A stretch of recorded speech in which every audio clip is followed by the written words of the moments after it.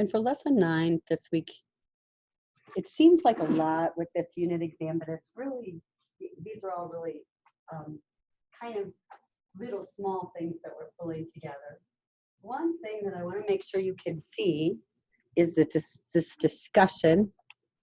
Let me turn it on. You might have to refresh. Can you see this discussion post a question for our guest speakers? I've taken that S off I don't know how many times. I'll try again. Just one guest speaker is what we're going to have. So Frankie's going to come and speak to us on April 1st. And right now he works at Jack Henry and he has an excellent job. And he got so much money when he got out of college that, I don't know, I think it made some of us think about, do we really want to teach? I mean, it's really hard. And he did really, really good because he's got this outstanding personality. He's kind of outgoing, and so he's a really great guy to talk to. And so he's going to come on April 1st, and he's going to tell you guys what it was like. So he graduated around a year or so ago, maybe a little bit more than that. You're from OTC, and he went to Jack Henry pretty quick after he graduated, or he might have even still had a class or two to take. So be thinking about those kinds of things. So with Frankie coming to speak, I set up a discussion group post for us for you guys to enter questions for him. Because I found with our guest speakers, if I give them questions from you guys before they come, it makes it into a much better experience for everybody. Because then the guest speaker isn't nervous. They kind of know what you're interested in and what kind of things you want to hear about. And you're not put on the spot to try to come up with a question while he's here talking, because sometimes it can be hard. So just post something to this discussion board. It'll be kind of easy points for you for that question. But it could be anything. You know, is there a certain class that he didn't take that he wishes he had, or some classes in other departments that he thinks would be good, or should you guys try to get a job at Jack Henry, or should you try to get a job someplace else, and all of those kinds of things. You could ask him if he has no more money now than he used to. I think he does.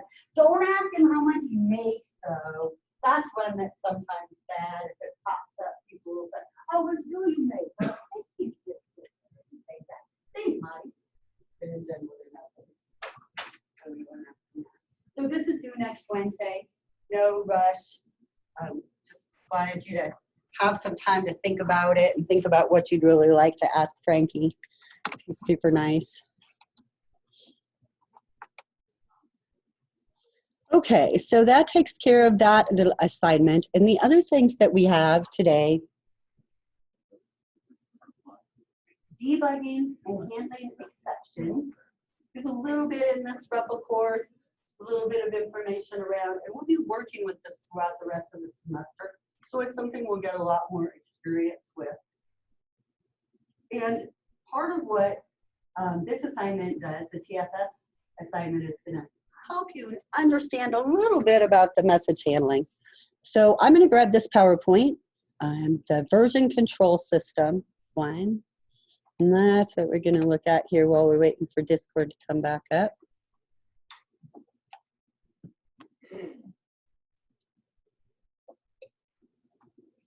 So the assignment that's due Monday, if you notice, it doesn't say that you'll have to do it in REPL, because I want you instead to turn it in TFS.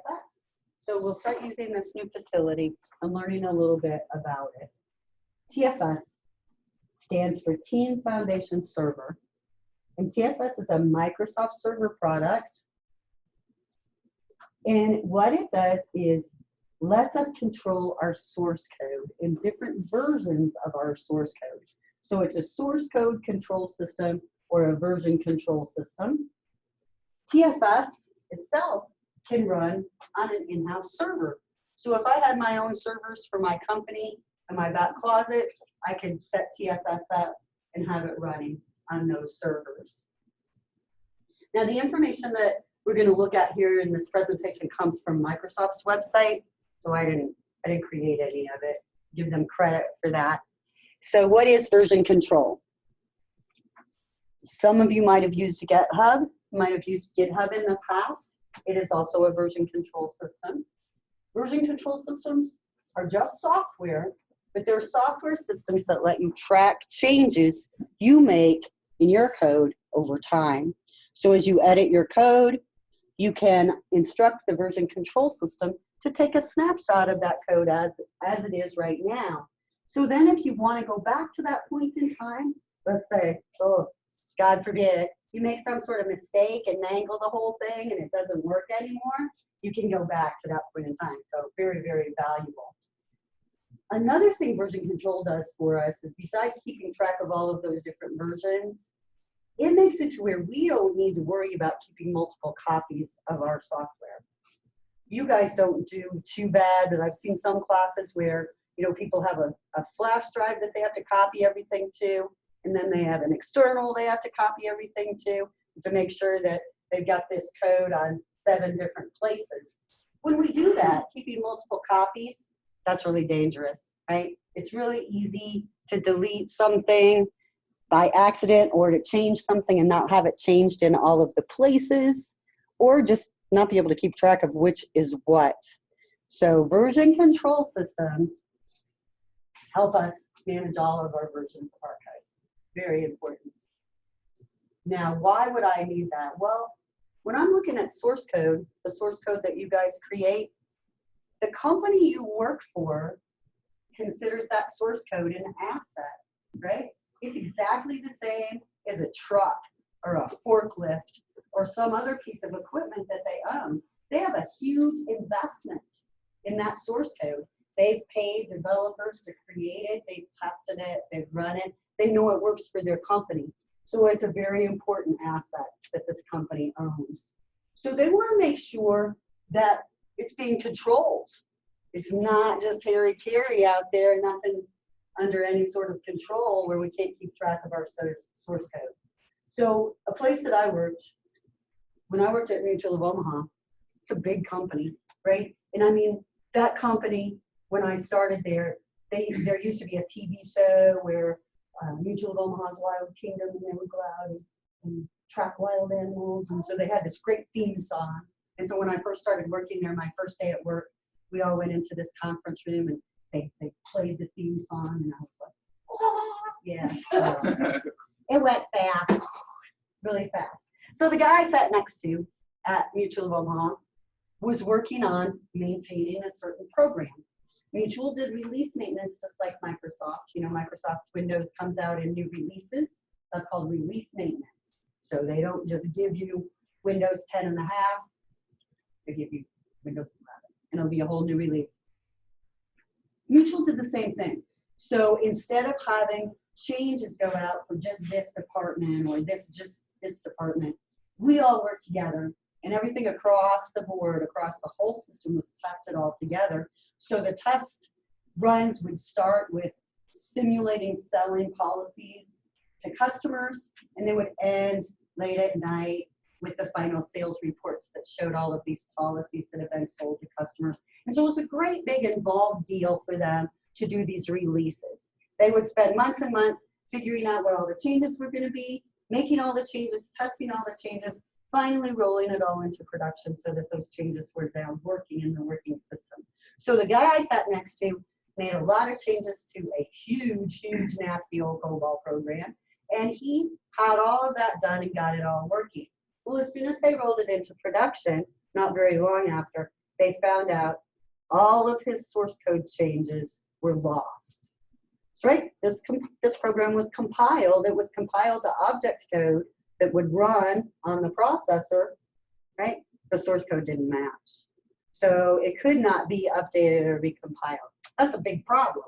That's some bad, bad procedures in that company that would allow source code like that to get lost. So that guy sat down, and when I left Mutual a month or so later, he was making those same changes again to that same program that he had made for the months that I had worked there before. We don't want that. So we want to make sure we have workflows in place that don't allow things like that to happen. If I'm taking your code and going to make it execute on the processor, I want to make sure I have the matching source code so that I can update it if I need to. So these workflows can prevent this awful kind of chaos that happens. It can prevent other kinds of chaos too when everybody's using their own development environment. With C#, we kind of are stuck with Visual Studio, which is it's a good product, so we use it. So we don't have a lot of different development environments. But like for Java 2, oh my goodness, we have a whole bunch of people are just using all sorts of crazy ones, and that's fine. But it makes it a lot harder to test those programs. Whenever we're working with different and incompatible tools, it's going to slow us down, right? We're going to do better if we have things that work together. Whenever we have these workflows set up, we can make sure that things are handled properly. We enforce the rules, and we can make sure that only people that have the right permissions can do things. And everyone can stay on the same page, so it's super important. So what if we're working with versions? When I'm working with software, like Mutual and like Microsoft, I have my version that just went out. Now all the developers are going to start with that code, right? And fix bugs and do other things. So every time we create a new version of a piece of software, we're going to have some sort of description as to why. Well, we fixed a bug in that code, or it's now Windows 10, we released it. So whenever we use version control systems like this, we can type in a description to keep track of why we made that change. When we do that, then we can look at a list of all the different times that we've changed this code.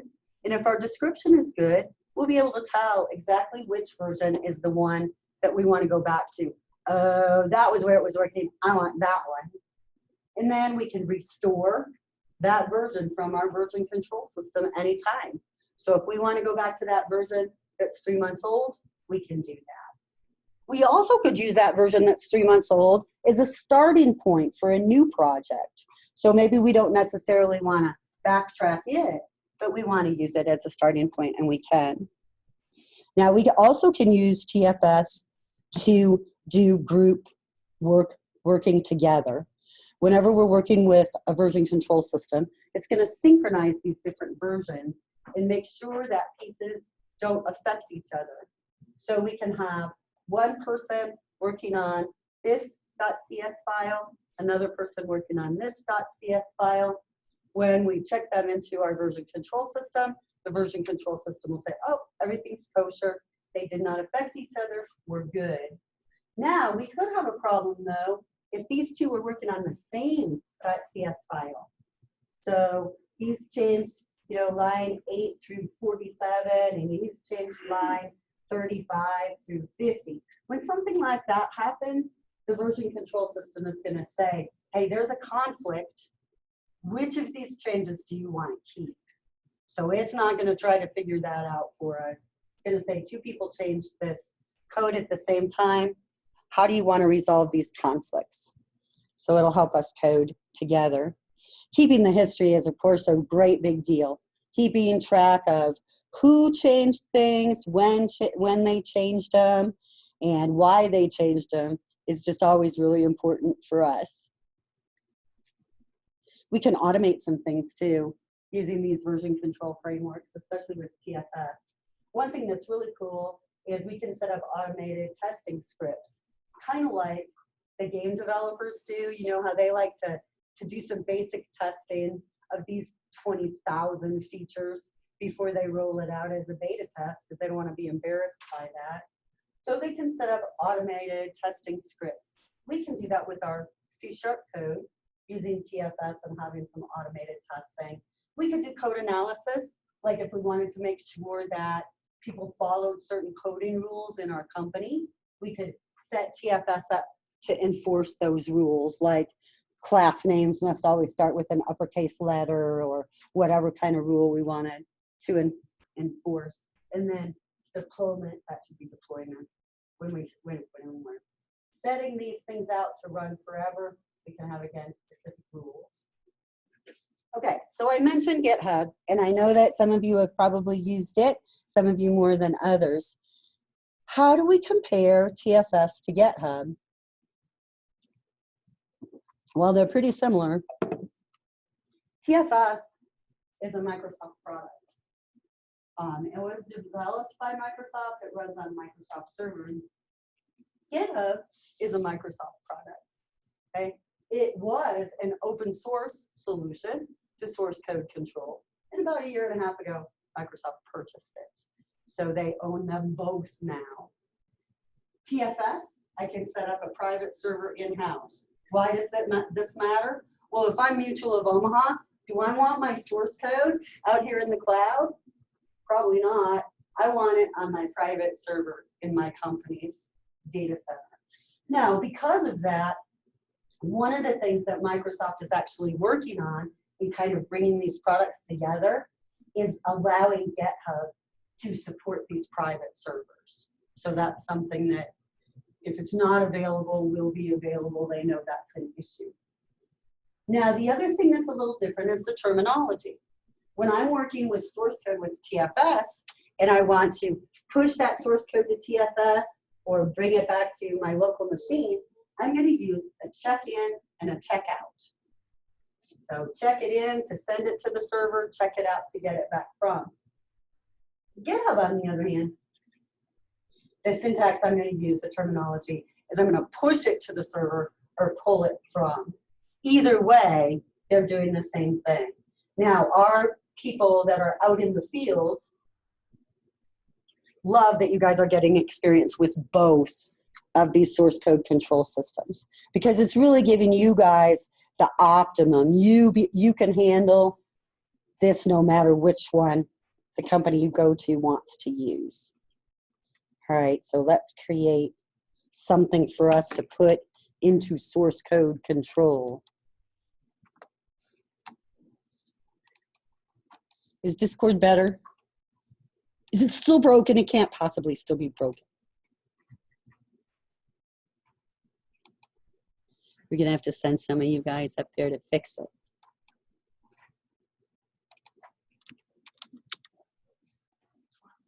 Is it working? Good, because the file I want is out here.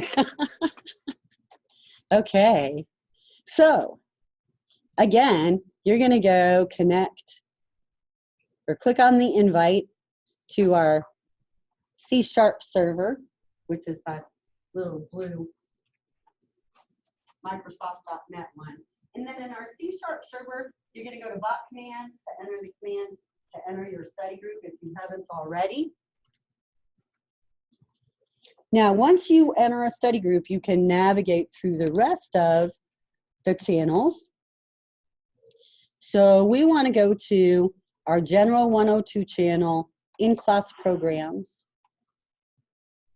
And in our in-class programs, we want to grab this L8 looping practice. Logan, will you take this over and show everybody how to save that and make sure that we're getting it extracted properly? I'm gonna stop my share.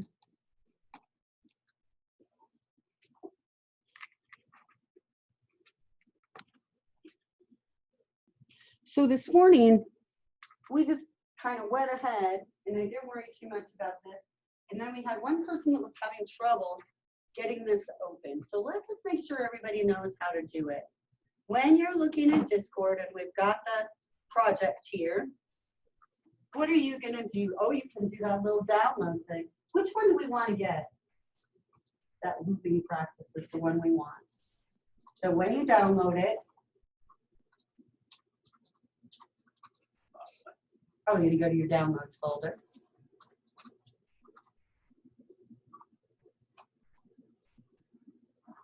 And in your downloads folder, then, we want to make sure to extract.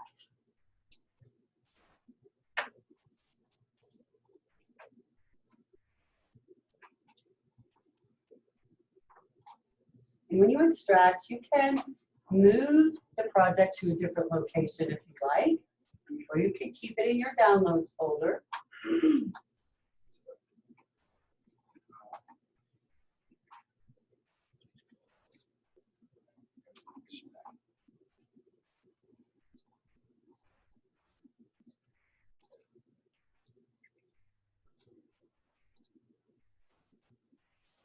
Now, once the file is extracted, one thing that I've noticed is we want to open this solution file, and it looks like on these computers that is associated with JetBrains.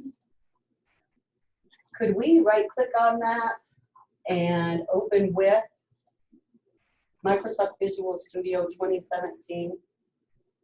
And of course, we might want to change that default. Did you guys see that okay?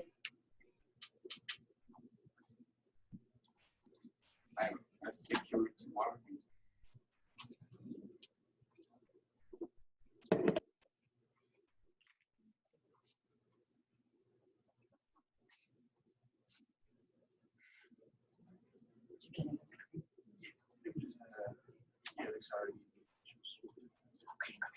Yeah, if you were working on it the other day, you didn't have to download it. Now, one problem we had this morning, the student who was doing it did everything right. He did the extract properly.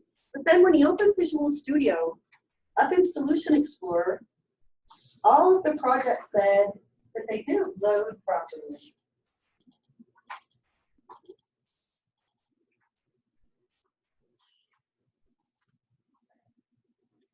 Oh, he's there. And so if that happens, we might see something that doesn't quite look like this. And we can right-click on any of those projects and choose Reload. And that's what happens sometimes when you're using a zip file. It doesn't happen very often, but it did happen to several people this morning. So they just had to right-click and choose Reload Project on each of those projects, and then everything was there, all good and fine. Okay, thank you, sir. I'm going to steal it. Let's see if I can do this properly.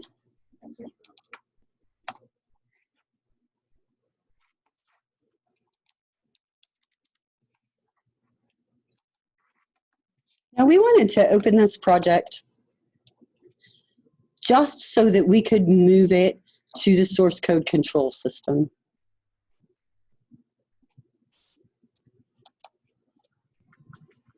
I'm going to get mine open here. And I've got several different projects in this solution, which is great for us to use with our source code control system. So whenever we're working with Visual Studio, it's all completely integrated. How are you doing? Has everybody got it open okay? We'll wait. We want to make sure everybody's got it. Oh, the old man.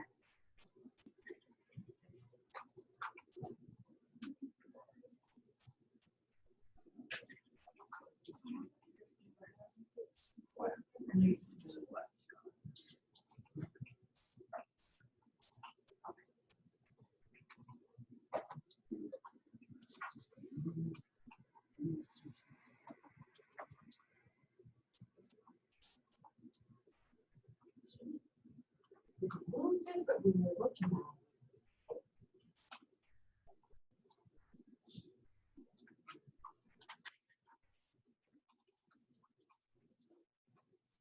I got rid of with developing this.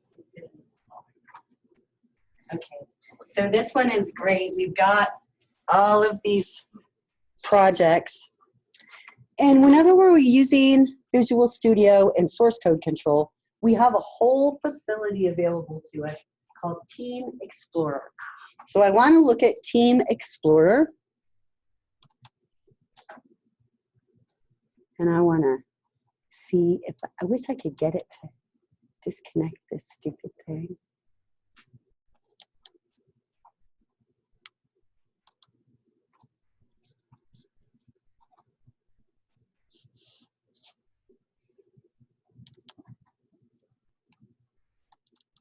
Okay, sorry. Anyways, Team Explorer for me is another tab over here beside my Solution Explorer.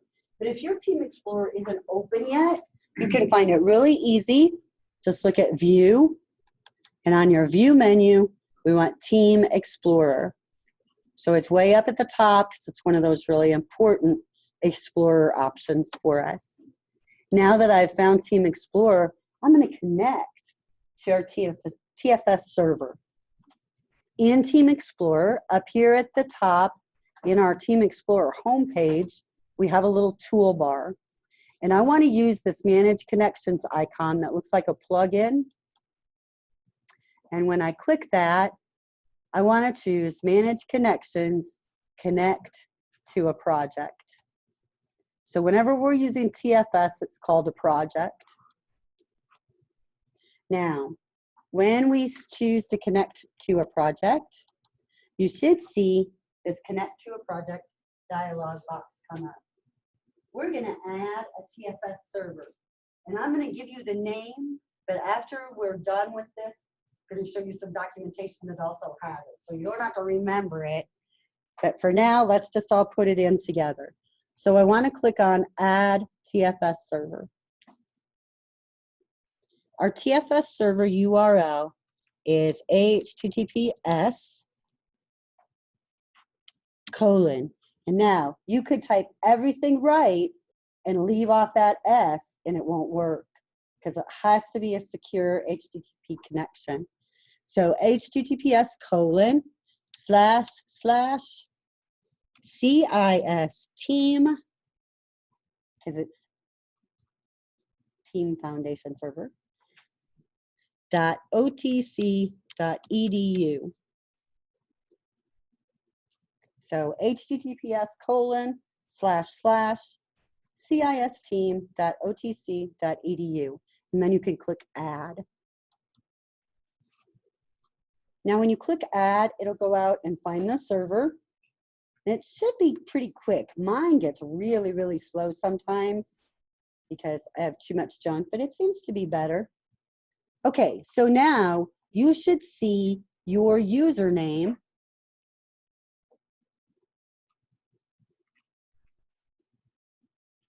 And under your username, you should see the CIS150 team and the CIS150 project.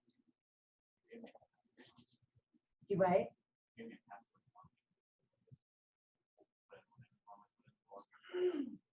you work for use your student account? And hopefully we won't have trouble. Did you have trouble? You didn't have any? You didn't have any? Because they only have you guys a student account set up on TFS, so it could give us some trouble. Is it letting you log in?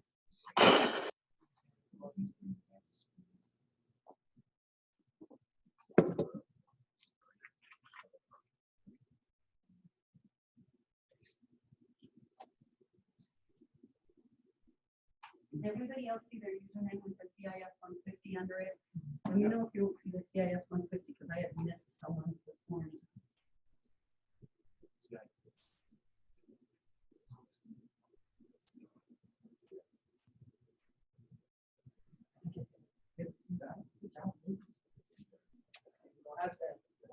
Hopefully it'll work each time the way it worked that time.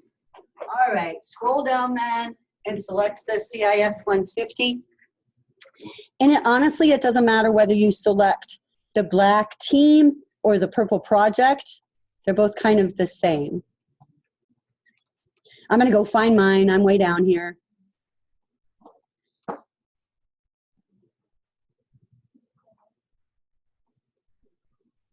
And I'm going to pick my CIS150 and connect.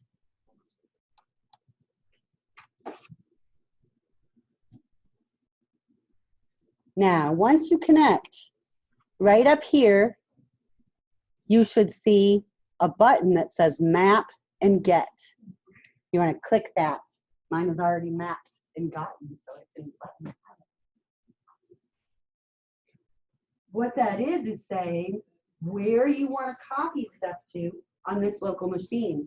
Because when I connect to TFS and TFS server, I don't want to change my source code right on that server. I want to make a copy of it on my local machine. I'm going to change that copy. Then when I'm done, I'm going to send it back to the server. So that map and get function is just specifying where you want to save the code on your local machine. Shouldn't matter to us too much as long as we always remember to put things back to TFS. Okay, so, yeah. What's it doing?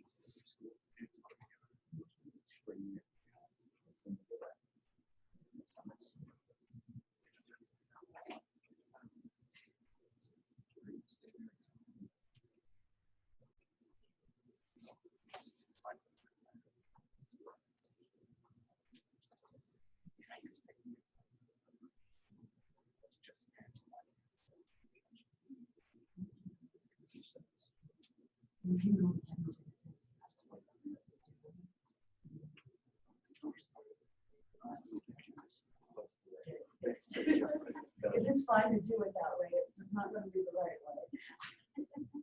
It works well. We just can't use it yet. Okay, so we've got our connection made. So now we know where our TFS server is. I would like then to move this whole solution to that TFS server.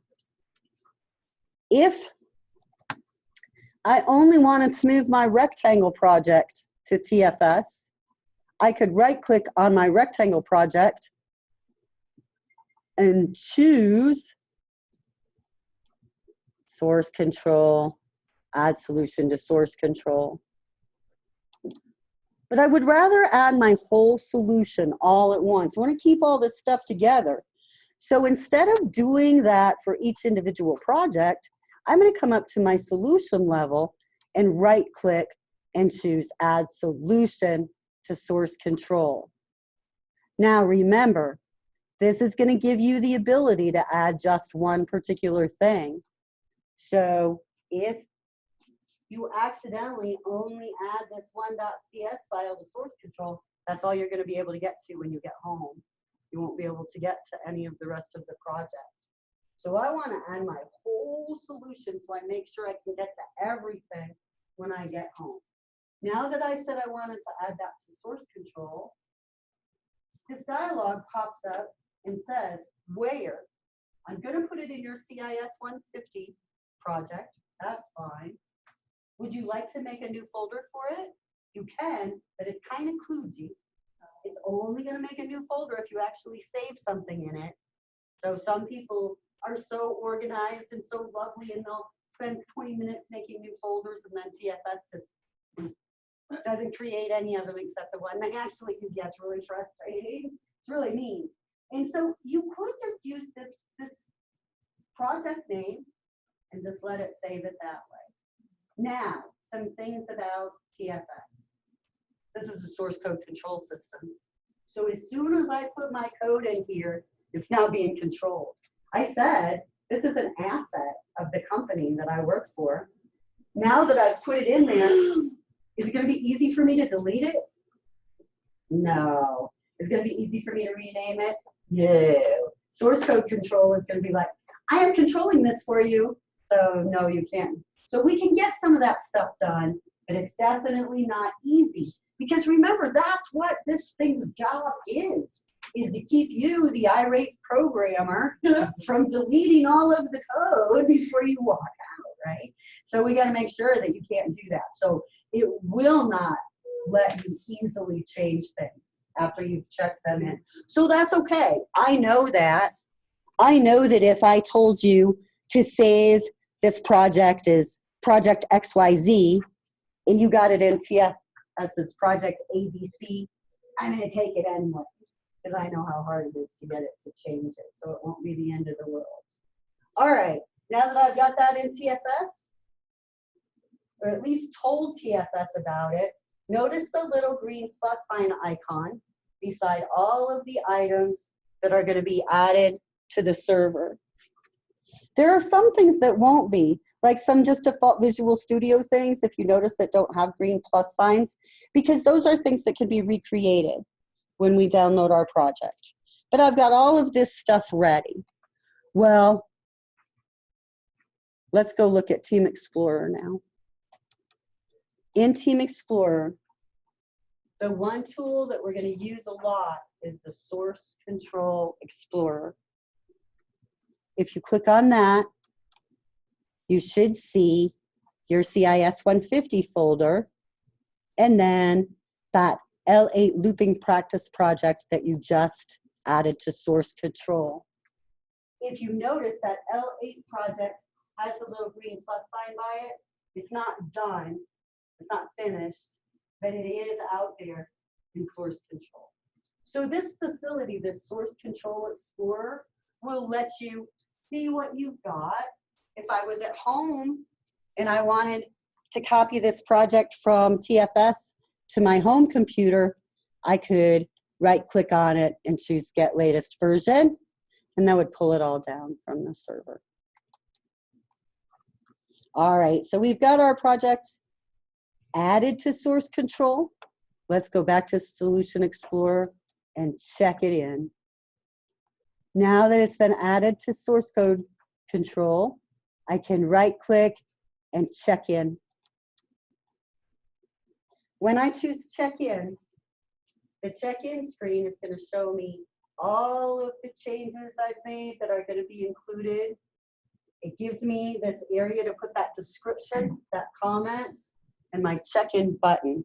So I'll put something here like version 1 of looping practice, as that. And then I'll click this check-in button.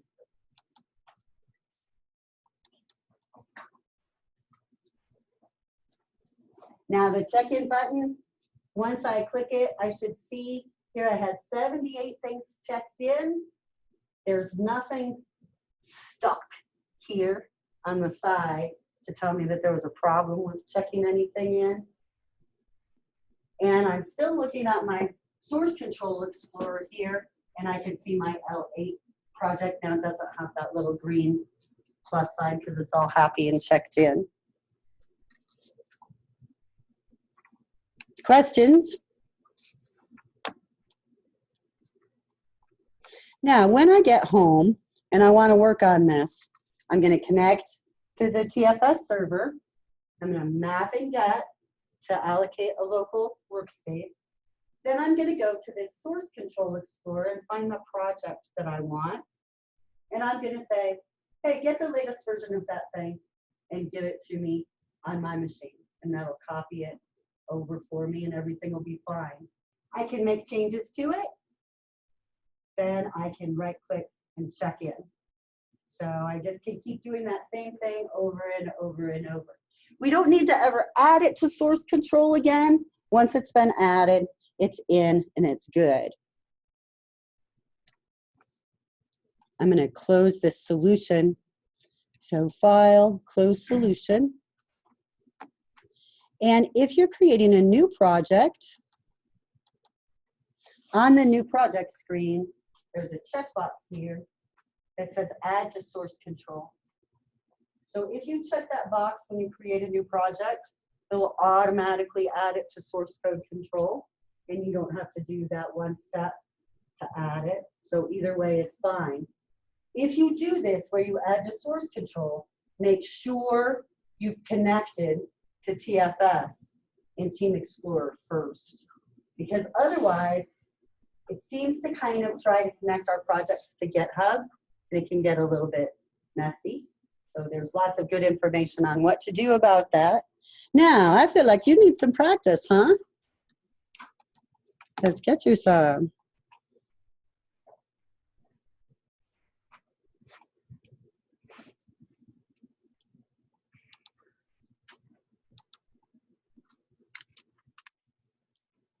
In lesson 9, this TFS treasure hunt is what we're going to get started with. Now, this treasure hunt is going to give you an opportunity to get some more experience here with TFS, because just having me show you doesn't really do it. Now, as you go through the instructions, the most important thing to remember here is this TFS quick reference, connect to TFS. Click on that. This is the documentation that says what our server name is and kind of the basic things that we need to do. So save this PDF or put it off somewhere so you can get to it. And you'll want to keep that. Okay, so you can get started on this adventure. Now, this morning, I think that the debugging ducks were really, really helpful for everybody in figuring out what was going on and what they were doing. So they just got right through it pretty quick. We have about an hour to get through this. Let me know if you have questions, and if you're all done, you're welcome to get out of here. But do try to explore as much as you possibly can.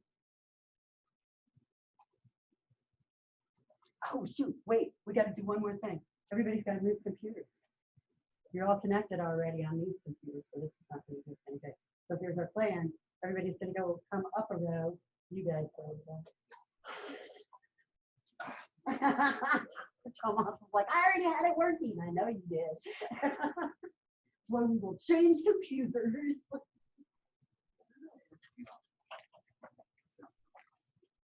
I almost forgot, and you guys would have just been out of here in like 10 minutes and got nothing out of it.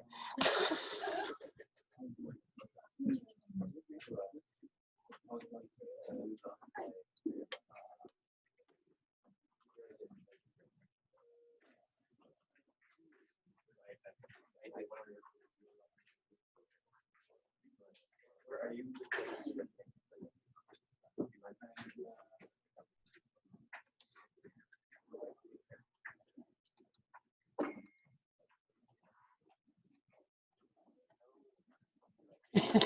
You guys are all clunk, clunk, clunk, clunk. He's done. He's been so post. He didn't want to change computers. He had himself all set up.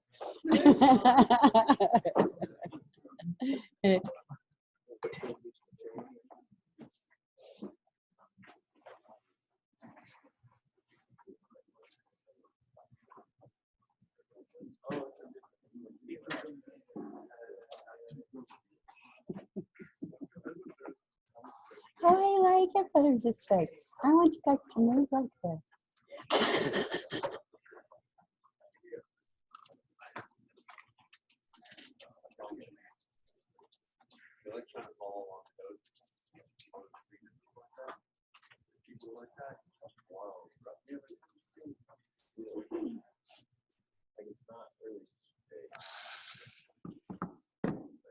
No, it still has, it doesn't have mechanical build.